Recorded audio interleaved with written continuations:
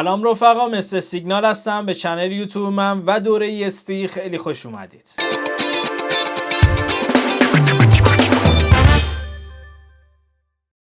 همونطور که در جریان هستید تو دوره EST من 16 تا تکنیک به شما آموزش میدم که شامل نقطه ورود، استاپ گذاری و تارگت یا همون نقطه خروج ماست.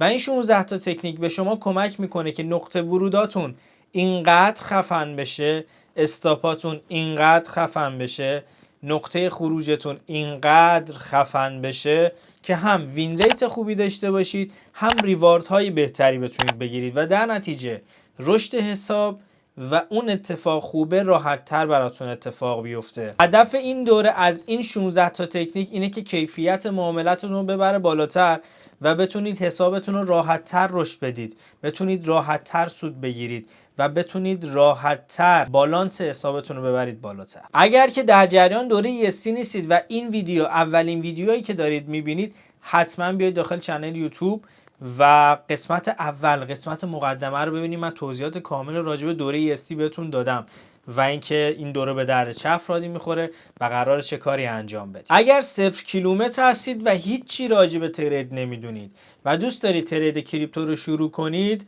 دوره مقدماتی که براتون گذاشتم و حتما ببینید. دوره کاملیه و به شما کمک میکنه که وارد بازار بشید و بتونید ترید کنید در بازار کریپتو. و بعد از دوره مقدماتی این دوره EST رو باید ببینید و بچه‌هایی که قبلا کار کردن یا حتی با تجربه هستن، من توصیه میکنم دوره EST رو ببینید. 16 تا تکنیکی که خودم استفاده میکنم و بهتون آموزش میدم و این 16 تا تکنیک واقعاً داخل معامله گری بهتون کمک میکنه و روند معامله گریتون تغییر میده. کیفیت معاملاتتون میره بالاتر با این تکنیکا. ممکنه بعضی از این تکنیکا رو بلد باشید یا قبلا شنیده باشید، براتون تکراری باشه یا به شکل‌های دیگه‌ای این مطالب رو دریافت کرده باشید.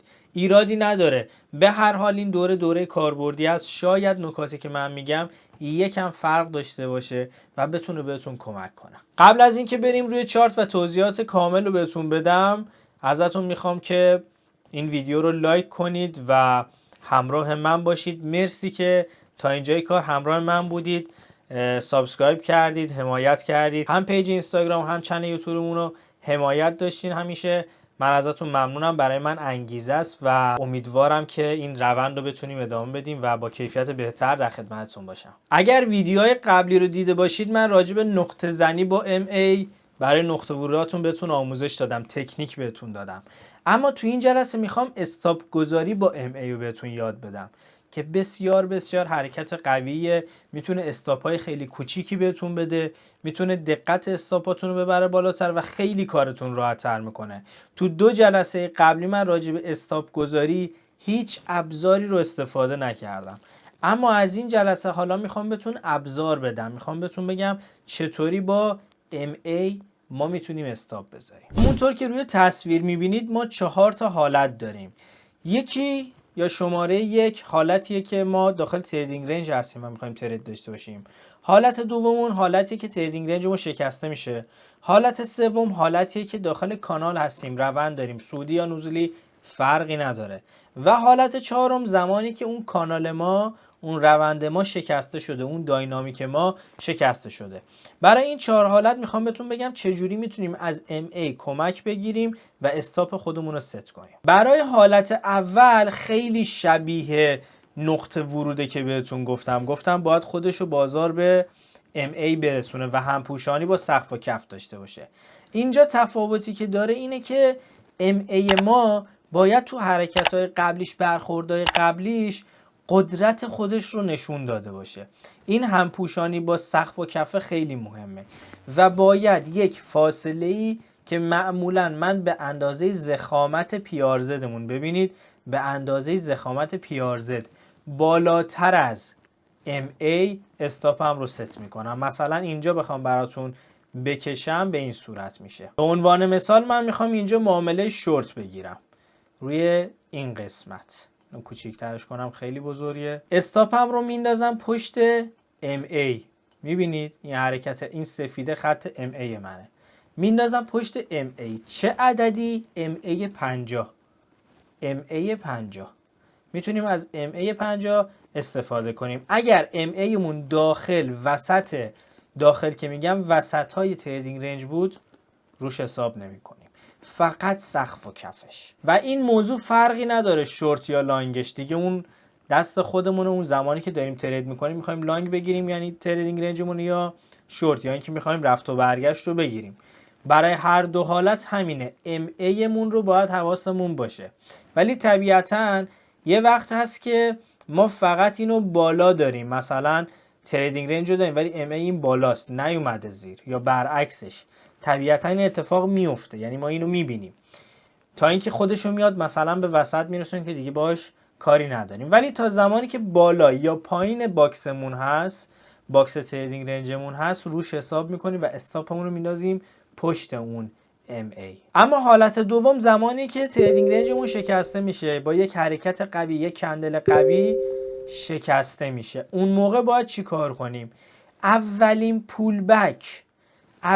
پول بکی که به MA داره اونو باید حواسمون باشه. حالا اونجا یا ستاپ داریم معامله کنیم ورود بزنیم یا نه، حواسمون به این حرکت اول هست، باید استاپمون پشتش باشه. حالا یا همون موقع ورود میکنیم یا تو حرکت بعدی، لگ بعدی، هر کدوم استاپمون پشت اونه. قبل از اون MA ما بالاتر بود، یعنی این محدوده رو ببینید، این فکر کنید این اصلاح این یه تیکه رو نداره، MA مون فکر کنید اینجاست. اون لحظه ما استاپ ست کردن اونجا و ورود کردنمون دیگه اون اعتباره رو نداره از نظر استاپ گذاری، نقطه ورود و کاری ندارم.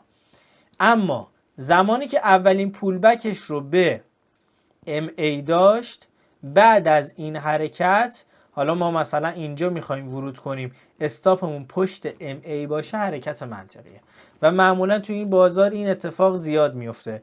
و یکی از بهترین استاپ هایی که میتونیم داشته باشیم اینه که پشت MA 50 بندازیم. من اینو براتون اینجا هم ست کنم که کاملا ببینید.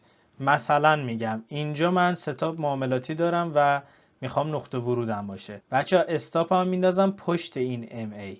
خب و این MA اولین پول بک رو بهش داشته، بعدش میام این کار رو انجام میدم، همون اول کار این کار رو انجام نمیدم. و یک فاصله منطقی به اندازه مثلا اونجا گفتم PRZ، میتونه به اندازه یک کندل باشه، به اندازه یک اصلاح باشه، به یک اندازه یک اصلاح میتونه باشه، اندازه یک کندل میتونه باشه. بالاتر از MA 50 مون میتونیم ست کنیم. دقیقا نیاین بذارین رو خود MA 50، چون بازار مرتب دوست داره خودشو بچسبونه به این MA و حرکت کنه. این کندلا خودشون میرسونن به این MA ما و اگر بذارین دقیقا رو، خب کندل میاد میخوره بهش دیگه، استاپ میخوری و این حرکت اشتباهه. و اما حالت سوممون بچه‌ها، حالت سوم که داخل کانال هستیم، نکتهش اینه که MA ما باید با سقف و کف داینامیکمون همپوشانی داشته باشه، مثل همون حالتی که برای تریدینگ رنج داشتیم که با PR زدامون سقف و کف بود. وقتی این اتفاق میفته استاپامون پشت MA میشه، یعنی بازار میذاریم میاد به MA مون برخورد میکنه، بعدش ما ستاپ معاملاتی داریم، هرچی داریم، بعدش ما استاپمون رو اونجا ست میکنیم. اگر روش معاملتون جوریه که نمیخوایم بذارین اون محدود تست بشه بعد ورود کنید، خب این ممکنه به دردتون نخوره، چون ما باید این تست شدن داینامیک و MA رو ببینیم.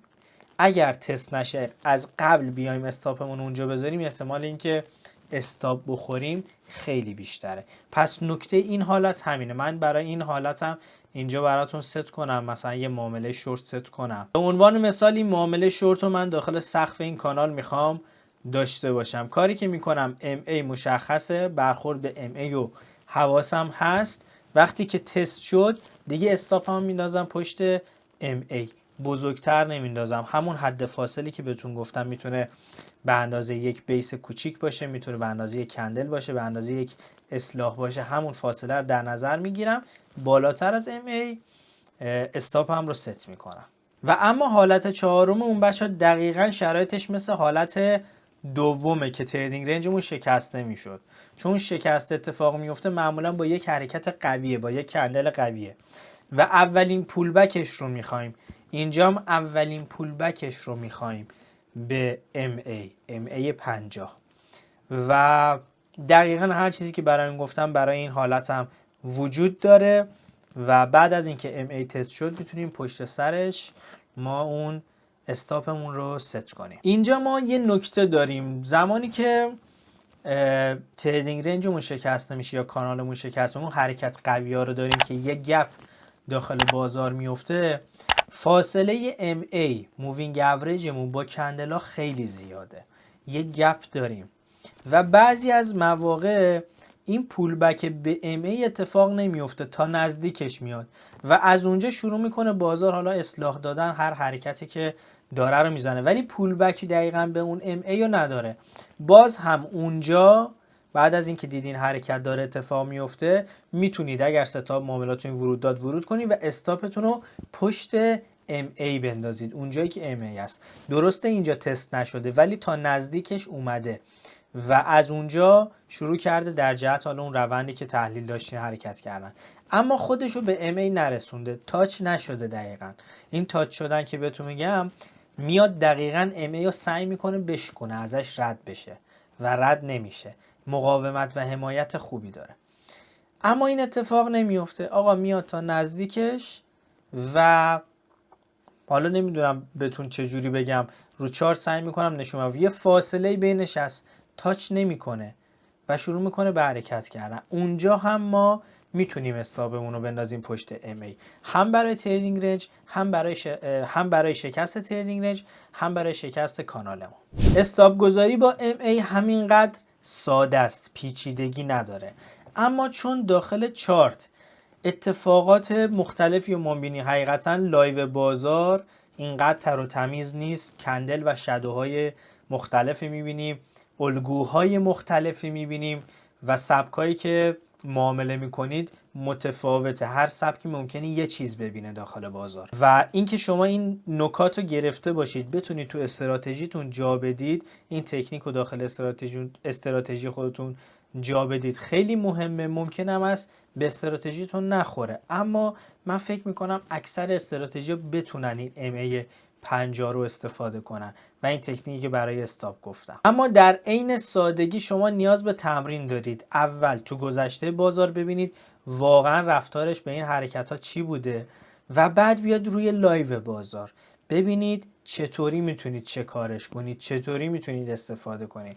چون راجع به گذشته بازار صحبت کردن کار سختی نیست، کار راحتیه، ولی اینکه اجراش کنیم داخل لایو بازار این کار سختیه و نیاز به تمرین و تجربه داره. 3-4 تا انجام دادید درست در نیامد ناامید نشید، نیاز به تمرین و زمان داره. خود من خیلی وقت دارم استفاده میکنم ازش و الان تسلط دارم، انتظار ندارم با 4-5 تا تمرین شما بتونید دقیقا این کار رو انجام بدید. الان با هم دیگه بریم روی چارت، روی لایو بازار، گذشته بازار، چند تا نمونه بهتون نشون بدم که MA 50 چجوری کار میکنه و استاپمو دقیقا کجا میندازم و ببینید که کارکردش چطوریه. همونجور که رو چارتمون میبینید خط آبی رنگ MA 50 که من انداختم روی چارتم و میخوام بهتون نشون بدم که چه اتفاقی میفته. این مثالی که میبینید این مربوط به جلسه قبلی، ویدیو قبلی که بهتون گفتم چطوری میتونید استاپ بذارید.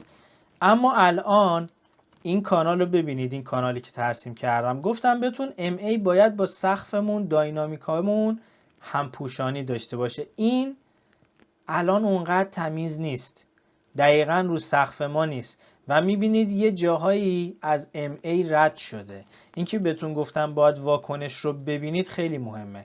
اومده MA رو رد کرده و بعدش مثلا ریزش رو ما تجربه کردیم. به خاطر اینه بهتون میگم از قبل نمیتونیم بندازیم پشتش، ولی وقتی اینجا این حرکت اتفاق افتاده و داره رو به پایین میاد دیگه پشت MA انداختن کار اشتباهی نیست. این که بهتون میگم بذار دقیقاً جاشو بهتون مشخص کنم، دقیقاً جاشو براتون مشخص کنم. ببینید اینجا دقیقاً MA من اینجاست. حالا پشتش که بهتون گفتم به اندازه یک روند، یک کندلی، مثلا من این کندل اینجا برام مهمه، میتونم بندازم اینجا. پس صبر میکنم این برخورد به MA رو ببینم چه اتفاقی میفته. از طرف دیگه اینجا یکم به وسط کانالم نزدیکه، اینجاها معامله نمیگیرم روش مثلا، یا اگر معامله میگیرم استاپم رو با توجه به MA ست نمی کنم. خیلی خوبه که الان داخل لایف که اومدم براتون مثال بزنم دارید میبینید، نقضش رو دارید میبینید که چه اتفاقی افتاده. بچه‌ها اینجا من یه مثال برای تریدینگ رنج دارم که MA افتاده وسط تریدینگ رنجمون. میبینید وقتی وسط بود گفتم دیگه من با این استاپ نمیذارم، یا باید این بالا باشه یا پایین، که نیست. اینجا خودشو به پایین رسونده تقریبا. اینجا اگر ستاپ معاملاتی داشته باشم که ورود کنم، اینجا میتونم استاپم رو بندازم پشت MA. ببینید البته برای معامله لانگ من اینو یه لحظه اشتباه زدم. به عنوان مثال من اگر اینجا سناریویی داشتم برای ورود که بخوام معامله لانگ بگیرم، اصلا اینجا ورود کنم، اینجا انداختن استاپم پشت MA منطقیه، چون خودشو به کف رسونده، یعنی کف باکسمه. اما ایدئالتر و اون چیزی که من بهتون گفتم اینه که بیرون باکسمون، بیرون تریدینگ رنج باشه. اما حقیقت بازار اینه که اینقدر تر و تمیز همیشه اتفاق نمیفته و ما نمیتونیم دوچار کمالگرایی بشیم بگیم دقیقاً باید تمیز اونجوری اتفاق بیفته. نه، یه وقتایی از همچین چیزی به ما میده و ما میتونیم استفاده کنیم. یا حتی اگر شکست تریدینگ رنج رو بخوایم در نظر بگیریم، اولین پولبک، خب ببینید این حرکت خیلی قوی بوده، پولبک مثلا به این نواحی نداشته و حالا بعدش هم که اومده به سمت پایین ریخته. حالا من کاری به گذشته بازار اینا تحلیلیش ندارم چه اتفاقی میفته، ولی اینجا اون حرکت رو من نمیبینم. ولی اگر اینجاها اصلاح داده بود من میتونستم اینجاها وارد معامله بشم و استاپم پشت MA باشه، این خط هر جایی که بود پشت اون بندازم. اما روی این تریدینگ رنجی که اینجا داریم و شکستی که اتفاق افتاده، این مثال رو داریم که پول بکش رو به مووینگ اوریجمون داریم. ببینید این مووینگ اوریج ما، پول بکش رو داریم و بعد ریزشی که داشته، میتونیم صبر کنیم واکنش به اینو ببینیم، بعد حالا به هر دلیلی با هر استراتژی ورودمون رو داشته باشیم، اما استاپمون پشت MA. ببینید این خط MA. حالا من این کندل ممکنه برام مهم باشه بگم پشت این میذارم، ممکنه شما بگی من اینجا میذارم، ممکنه بگی اینجا میذارم، دیگه اونش به خودتون بستگی داره و علم و دانش اون چیزی که بلدید، چون به تنهایی با این MA ما کار نمی کنیم. MA محدوده رو به ما میگه، ولی اینکه دقیق ستش کنیم نیاز به عوامل دیگه داریم که تو جلسات قبلی راجع بهش صحبت کردم. همونطور که اینجا میبینید ما ورود میکردیم پشت MA. ببینید پشت MA ما هیچ کندلی نداریم. اینجا 2-3 بار برخورد به MA رو داریم که گفتم دقیقا رو خود MA ست نمی کنیم و اینجا جایی نیست که اصلا میخواستیم استاب، اینجا جای ورود بوده. و مثلا اگر پایین تر اینجا ورود میکردیم پشت MA، پشت این خط آبی رنگ، ما میتونیم استاپ بذاریم و این خیلی به ما کمک میکنه. و اما اومدم سراغ لایف ترین حالت بازار.